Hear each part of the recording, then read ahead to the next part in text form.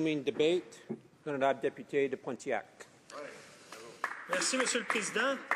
Bien, mon intérêt dans ce projet de loi est double, car je suis en même temps le porte-parole en matière du Conseil du Trésor et je suis député d'une circonscription qui dépend beaucoup des petites et moyennes entreprises pour la création d'emplois.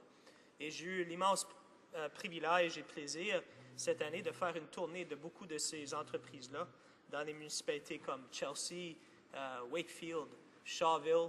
J'ai même fait une tournée des pharmacies aussi pour parler de la pénurie des médicaments. Ça a été une bonne consultation des entrepreneurs de ma région.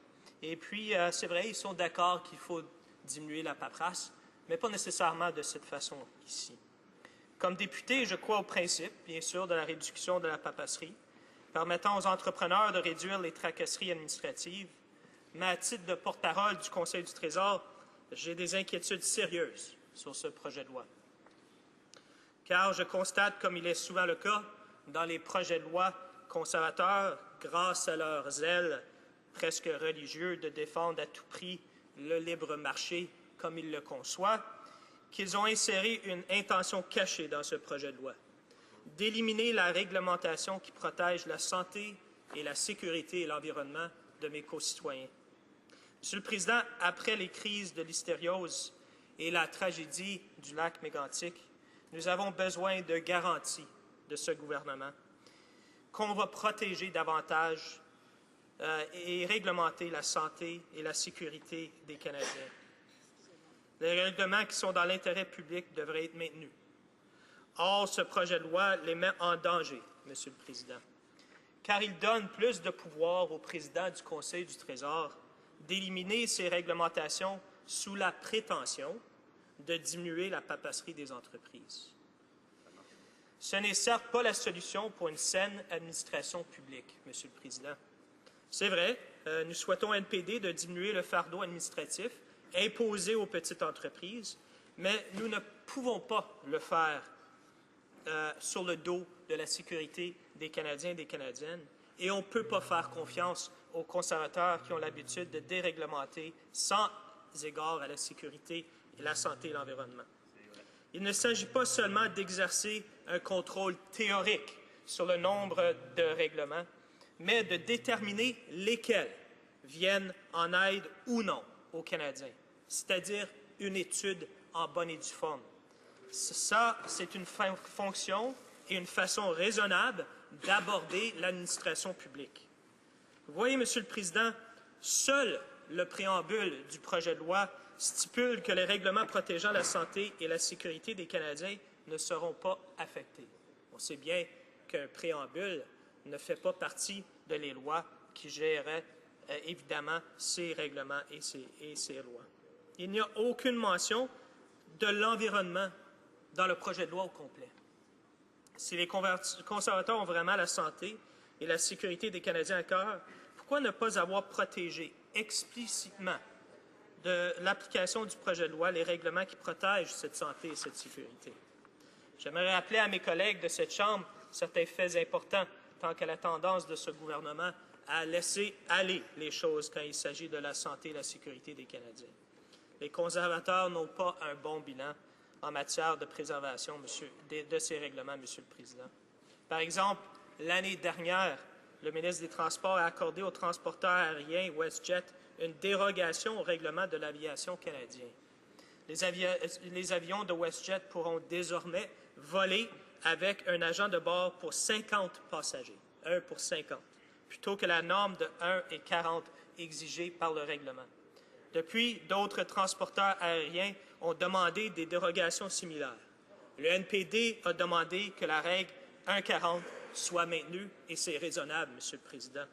En 1999, les libéraux qui sont pas mieux ont continué à la déréglementation du gouvernement Mulroney de la sécurité ferroviaire, en continuant de mettre en œuvre l'approche des systèmes de gestion de la sécurité et qui a été maintenue par les conservateurs. Cette approche laisse à l'industrie d'assurer elle-même de la sécurité de ses opérations plutôt que d'établir de concert avec l'industrie des normes en matière de sécurité auxquelles il faudrait se conformer. Essentiellement, c'est l'autoréglementation, Monsieur le Président. Et on sait qu'une compagnie, le but d'une compagnie, c'est de faire un profit.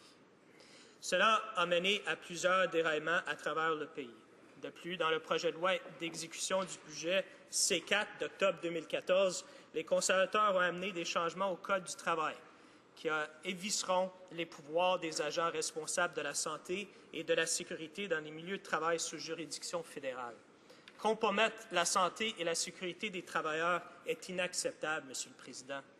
Non, il est clair, il ne faut pas doter le président du Conseil du Trésor conservateur avec des pouvoirs discrétionnaires tant qu'à nos lois et règlements en matière de santé, l'environnement et la sécurité de nos concitoyens.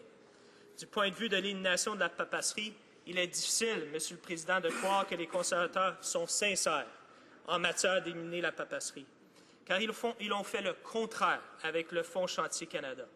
Plutôt que d'aider les municipalités et les PME à entamer des projets d'infrastructure dans des délais acceptables, les conservateurs ont mis en place un système de bureaucratie long et encombrant pour tout projet de plus de 100 millions de dollars.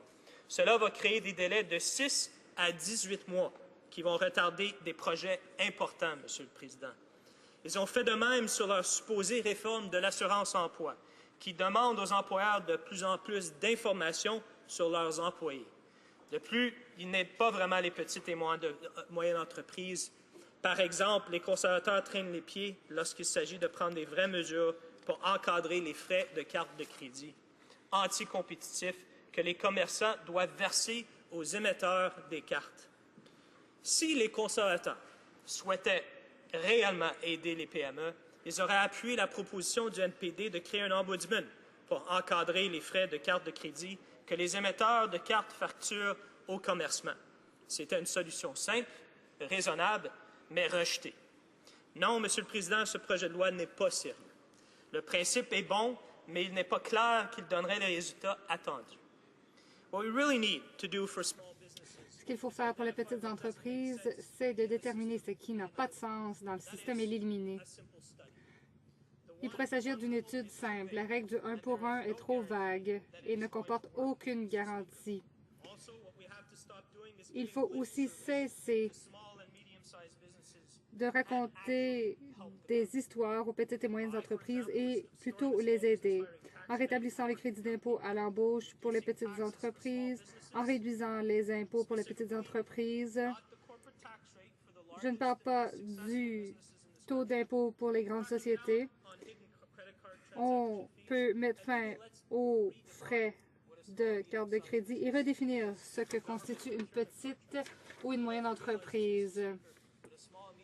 Les petites et moyennes entreprises sont définies comme 500 employés ou moins. Moi, je dirais que dans ma circonscription, les petites et moyennes entreprises comptent en moyenne 25 employés.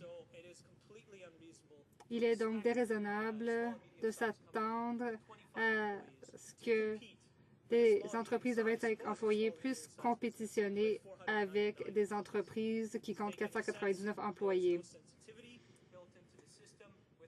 Le système ne tient pas compte des marges de profit et du nombre d'employés.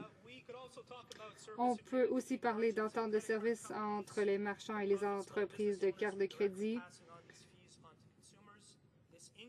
Cette mesure fait augmenter les prix au détail.